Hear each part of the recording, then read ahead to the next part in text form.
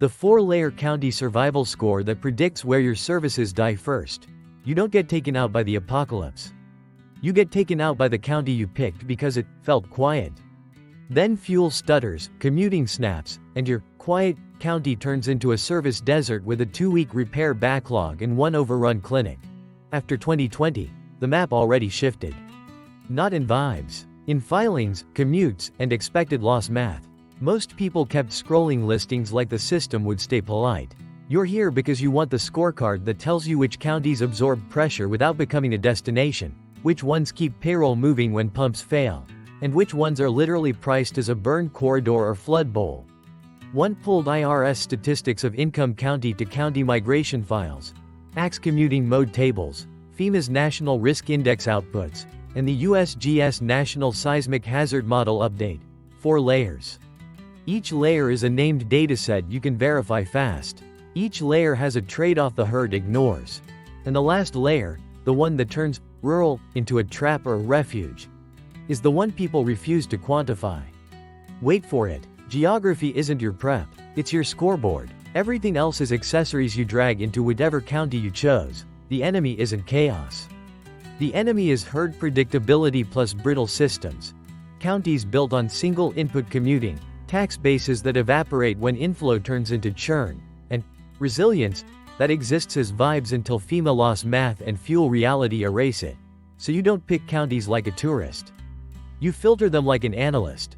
I ran 4 criteria before a county earns a second look. 1. Pressure you can measure, not guess, county-to-county inflow and outflow from IRS statistics of income built from matched Form 1040 address changes.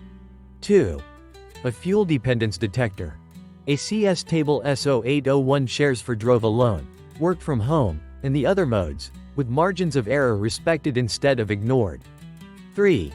An insurance-grade hazard gate, FEMA National Risk Index expected annual loss, plus the USGS National Seismic Hazard Model 2023 ground shaking baseline. 4. Service persistence without crowd physics, 2020 urban area criteria, USDA ERS RUCA codes, and BLSQCEW employment data so you don't buy into tourism air. 4 layers clear the fog. Here's layer 1. Layer 1, the pressure proxy. It's not people are moving. It's pressure concentrating, and you can see it before prices spike. Picture 2 counties that look identical on a real estate app. Same tree cover, same quiet, same distances to a hospital. Then one of them gets hit with invisible pressure. New plates, new demand on clinics, contractors booked out, school crowding, rent creep, and you only notice when you're already late. You don't need rumors. You need a pressure gauge. IRS statistics of income, SOI, county-to-county inflow, and county-to-county outflow. The 2021-2022 release on IRS.gov is built from matched year-to-year address changes on Form 1040 filings. That's not a vibe, that's a pipeline. Do the math per county. Net flow equals inflow returns minus outflow returns. Churn equals inflow plus outflow. High churn means instability, people cycling, not settling. Then tag your source counties as high density, high restriction, high hazard. Now you see whether your inflow is refugee-grade pressure or just local reshuffling. Or target is positive or flat net flow with low churn. Quiet absorption. Services persist without turning into a viral destination. Trade-off. This only tracks tax filers.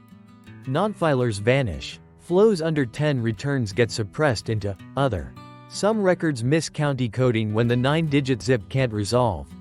Directional intelligence. Not a perfect census. Pressure alone doesn't kill you.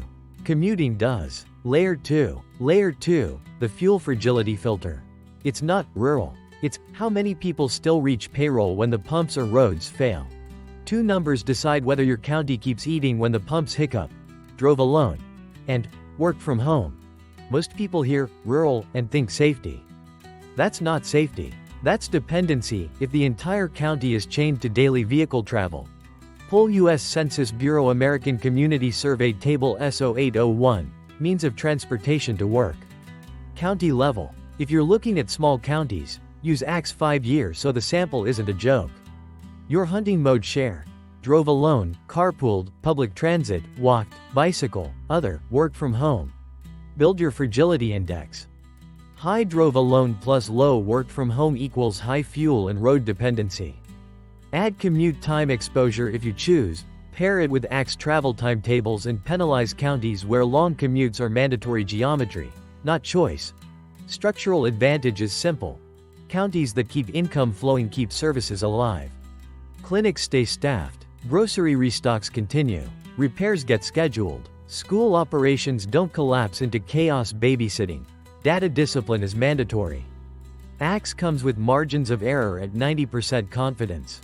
The Census Bureau warned that 5-year estimates containing 2020 have increased MOs. So you don't worship tiny differences. If a key share has a huge MO, you mark it unknown and move on. A mountain mechanic put it blunt. If everybody has to drive 45 minutes to eat, the county isn't rural. It's just fragile. Now you know if the machine can run. Next you check if the ground itself is the kill switch, layer 3. 2 layers down, 2 to go. Right now you can see pressure before prices spike, and you can see fuel dependence before a single outage turns paychecks into panic. But none of that matters if you park your life inside an expected loss funnel. FEMA already priced the burn corridors and flood bowls. USGS already mapped the baseline shaking, and after that, you get the real edge. The thin band where services persist without urban crowd physics. Keep going. Layer 3, the insurance index. It's not low risk.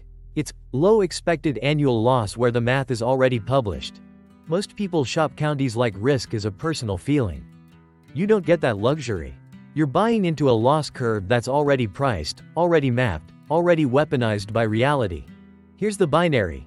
It's not pretty mountains versus flat and boring. It's expected annual loss versus survivable volatility. If your county sits inside a loss funnel, your services don't degrade gracefully. They snap when the same event hits the same corridors over and over. Pull FEMA's National Risk Index. Don't stare at the colors like the herd. Go straight to the output that matters, expected annual loss. That's FEMA's insurance grade lens on how often hazards hit and how expensive the damage is when they do. At county scale. So you can compare counties without narrating yourself a bedtime story. Then you hard gate with the USGS National Seismic Hazard Model 2023 update. Not because you fear earthquakes daily, but because seismic baseline tells you where rare becomes catastrophic, and where retrofit cost becomes your hidden tax. Trade-off: low-yield counties often look safe because they're underbuilt. That safety comes with a bill, fewer hospitals, fewer repair crews, longer restoration windows when something finally breaks. You've now filtered the counties that are priced to bleed. Now you solve the last layer, the one that turns rural into a trap or refuge. Layer 4, the Goldilocks grid. It's not small-town charm. It's service persistence without crowd physics, and you can score it. Remember the last layer I told you people refuse to quantify? The one the herd hides behind with the word rural. This is it. This is where you stop buying land and start buying a system that keeps functioning. You're not hunting the wilderness. You're hunting the thin band, far enough from urban crowd physics to avoid becoming a destination, close enough to services to avoid becoming a maintenance orphan. Use 3 instruments, and don't improvise. First, 2020 urban area criteria. That draws the real edge of density, not the marketing edge. Second, USDA ERS RUCA codes. That tags your census tracts by commuting patterns, micropolitan pull, small town pull, isolated pull. Third, BLSQCEW employment data. That tells you if your local economy is real payroll or just tourism air. Your structural advantage is a county where enough people work locally, or can work from home.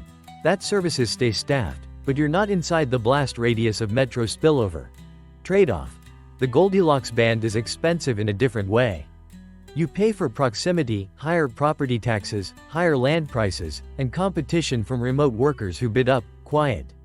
That cost is the admission fee. That's 4. Now run the pattern and build your scorecard. These 4 layers are one machine. IRSSOI tells you where pressure is concentrating. ACSSO 801 tells you whether paychecks survive pump failure. FEMA National Risk Index expected annual loss and the USGS 2023 seismic baseline tell you if you're living inside a priced loss funnel. Then the 2020 Urban Area Line, USDA ERS RUCA codes, and BLSQCEW payroll data tell you whether rural is refuge or a service desert. Dark truth: you don't get to vote your county into resilience. If the jobs are fake, the clinics are thin, and the loss math is high, your lifestyle collapses on schedule. Do this today. Pull your county's SOI inflow, outflow, and compute net and churn. Open AX SO801 and write down drove alone and work from home shares with Most Respected. Check FEMA NRI EEL and the USGS hazard baseline. Then map your tracked RUCA codes against QCEW employment. The math doesn't care about your feelings.